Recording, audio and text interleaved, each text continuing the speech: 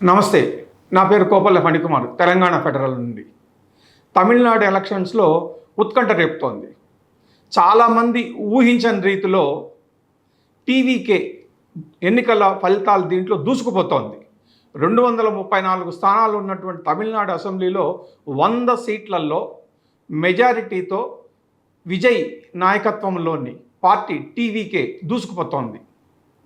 DMK మిత్రపక్షాలు సుమారుగా 50 సీట్లలోనూ, AIADMK మిత్రపక్షాలు సుమారుగా 53 సీట్లలోనూ వెనకబడున్నాయి.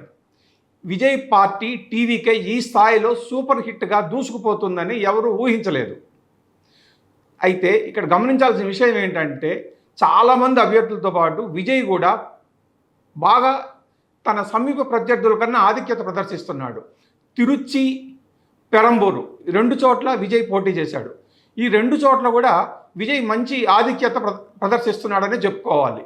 ఇక్కడ ఒక చిన్న ఇంట్రెస్టింగ్ పాయింట్ ఏంటంటే, సినిమా వాళ్ళు రాజకీయాల్లో రాణించే రోజులు పోయినాయి, ఇక ఎవరి వల్ల కాదు అని చాలామంది విజయ్ పార్టీని అవహేళనగా మాట్లాడారు. దీనికి ఈ మధ్య అంటే విజయ్ కన్నా ముందు పార్టీ పెట్టి కొంచెం దెబ్బతిన్న వాళ్ళు ఎవరంటే ఆంధ్రప్రదేశ్ లేదా తెలంగాణ 2 రాష్ట్రాల్లో కలిపి జనసేన అధినేత పవన్ కళ్యాణ్ కూడా పార్టీ పెట్టి చాలా సంవత్సరాలు అయింది. 2014లో టీడీపీ బీజేపీతో మిత్రపక్షం అన్నారు. 2019లో ఒంటరి పోటీ చేశాడు.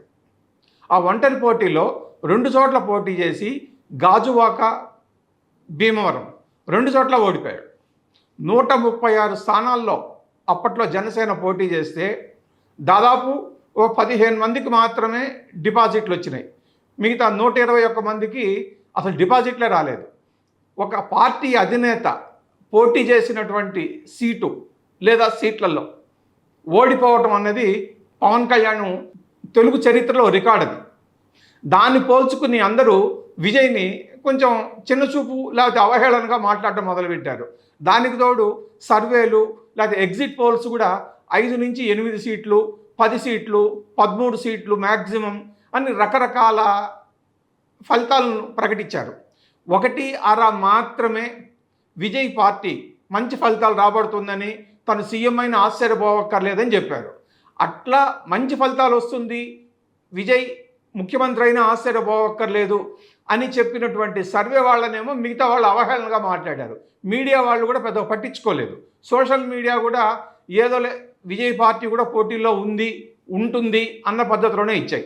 అలాంటి పరిస్థితి నుంచి ఈరోజు బ్యాలెట్లు లెక్క పెట్టేటప్పుడు చూస్తే 100 సీట్లలో విజయ్ పార్టీ దూసుకుపోవటం అనేది అందరినీ ఆశ్చర్యానికి గురి చేస్తోంది.